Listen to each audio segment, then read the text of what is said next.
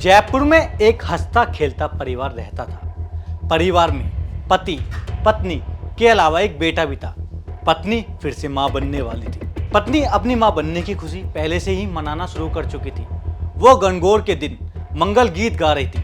तभी एक अनहोनी ऐसी होगी कि वो खुशी कब मातम में बदलेगी पता ही नहीं चला। घटना जयपुर के करधानी थाने इलाके की है, जहां के रहने वाले पंकज नाम के एक शख्स पर ना जाने कैसा शैतान सवार हो गया कि उसने अपने ही घर में एक ऐसा तांडव मचाया कि पूरा घर खून से लथपथ हो गया। पंकज कुमावत ने पहले ही अपनी पत्नी सुनीता पर एक भारी चीज से जानलेवा हमला कर दिया। मां को लहूलुहान देखकर उसका बेटा अपनी मां को बचाने के लिए बीच में आ गया, लेकिन पिता पंकज ने मासूम पर भी हमला करने की कोशिश की। घर में खूनी खेल चल रहा था।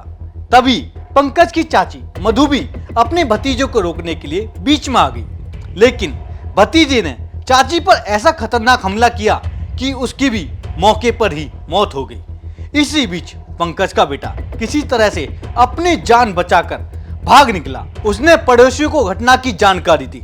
इसके बाद पड़ोसियों ने पुलिस को भी खबर की, लेकिन जब पुलिस मौके पर पहुंची तो वहां का मंजर देख पुलिस वालों के माथे पर भी पसीना आ गया। बेनाड स्टेशन रोड के आसपास करधनी पुलिस को कल एक शाम को सूचना मिली कि कोई बच्चा है जिसके सर पे किसी ने हथौड़ी से वार किया। बच्चा घर से भागकर बाहर आया। पड़ोसी और परिवारजनों के द्वारा इस तरह की सूचना मिलने पर पुलिस टीम मौके पे पहुंची तो ये बात पता चली कि एक पंकज नाम का व्यक्ति था जिसने मामूली कहासुनी गृह क्लेश संभवतः उस क्रम में अपनी पत्नी है उस पर हथौड़े से बार बार प्रहार किया। अपनी विधवा चाची है उसको हथौड़े से प्रहार करके उसकी निर्मम हत्या की। बच्चे को भी हथौड़ी से वार किया, लेकिन बच्चा घर से भागने में सफल रहा। शायद बच्चे को घर से बाहर निकालने में वो विधवा चाची जो है मदद कर रही थी। उसी क्रम में उसने चाची की भी हत्या कर दी। जैसा घर वालों ने बताया कि उसकी पत्नी संभवतः प्रेग्नेंट भी थी। तो मामूली कहासुनी पर इस तरह उसने पूरे परिवार को सिर्फ कुछ चंद मिनटों में निर्मम वारदात करके तबाह कर दिया। निश्चित तौर पर शर्मसार करने वाली घटना है। पुलिस टीम मौके पर पहुंचने के बाद में तीनों शवों को हमने पोस्टमार्टम के लिए भिजवाया, लेकिन सभी हमारी इस घटना के बाद में पिछले साल भी इस तरह का एक झोटवाड़ा में इंसिडेंट हुआ जिसमें किसी चाचा ने पूरे परिवार पे हमला किया, भतीजे भतीजी की हत्या की और उसके बाद में चाकी पे अपनी जो भाभी है उस पर चाकू से हमला किया। तो इस तरह की वारदातें कहीं ना कहीं ये दिखाता है कि हम छोटी छोटी बातों पर व्यक्ति इतना फ्रस्ट्रेट हो जाता है या इतना एग्रेसिव हो जाता है कि पूरे परिवार की जो सालों की मिठास है वो एक उसको ख़त्म कर देता है। कल गणगौर का त्यौहार भी था। वो चाची इसी त्यौहार के क्रम में अपने भतीजे के पास आई थी और इसी क्रम में उसको इस वारदात से सामना होना पड़ा। तो हम सभी नागरिकों से भी अपील करते हैं कि अपने जीवन में संयम बनाए रखिए, परिवार से बात करिए। किसी भी तरह ये इस तरह की निर्ममता कहीं ना कहीं इंसानियत को कहीं पीछे लेकर चली जाती है।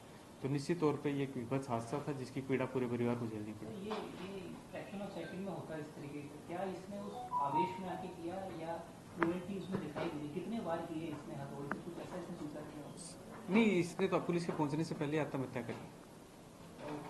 किसी ने कोई भी बच्चे ने बताया हो कि इस तरीके से? क्योंकि बच्चे जैसे हमला शुरू हुआ, दो बच्चे थे, दोनों डर के मारे भाग गए।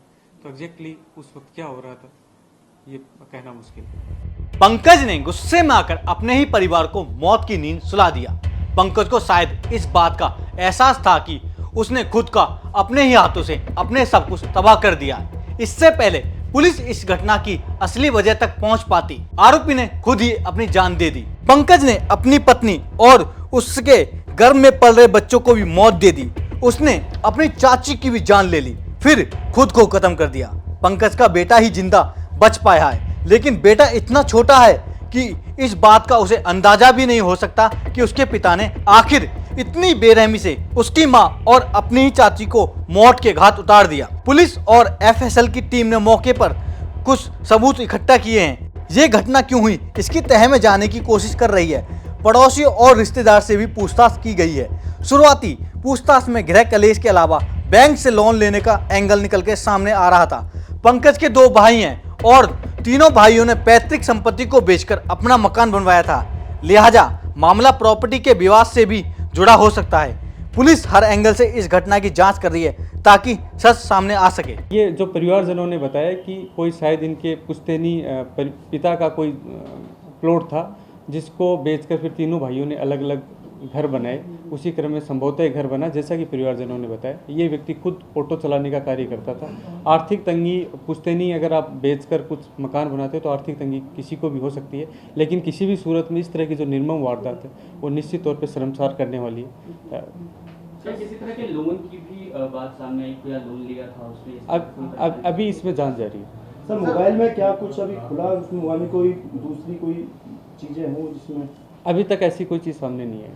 सर जब आप पुलिस की टीम पहुंची वहां पर, उस समय किस तरह के हालात थे और कैसे मामला विवाद उपजा, उसके बाद अचानक से इस तरह का हथौड़ी लाना था? जैसा कि मैंने बताया कि हथौड़ी सामान्यतः घरों में होती है, उसी को उसने वारदात के लिए इस्तेमाल किया संभवतः।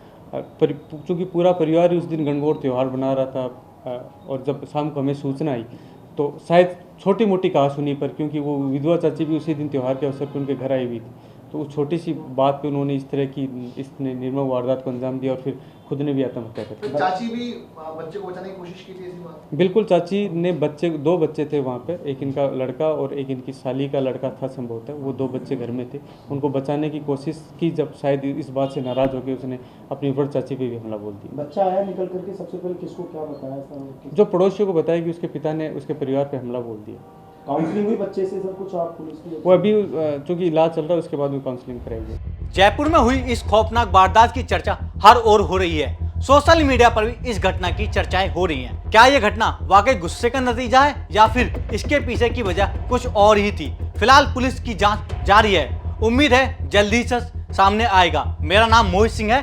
ये खबर भेजी है जयपुर से हमारे रिपोर्टर विशाल शर्मा ने। आप देख रहे थे क्राइम सीन। नमस्कार।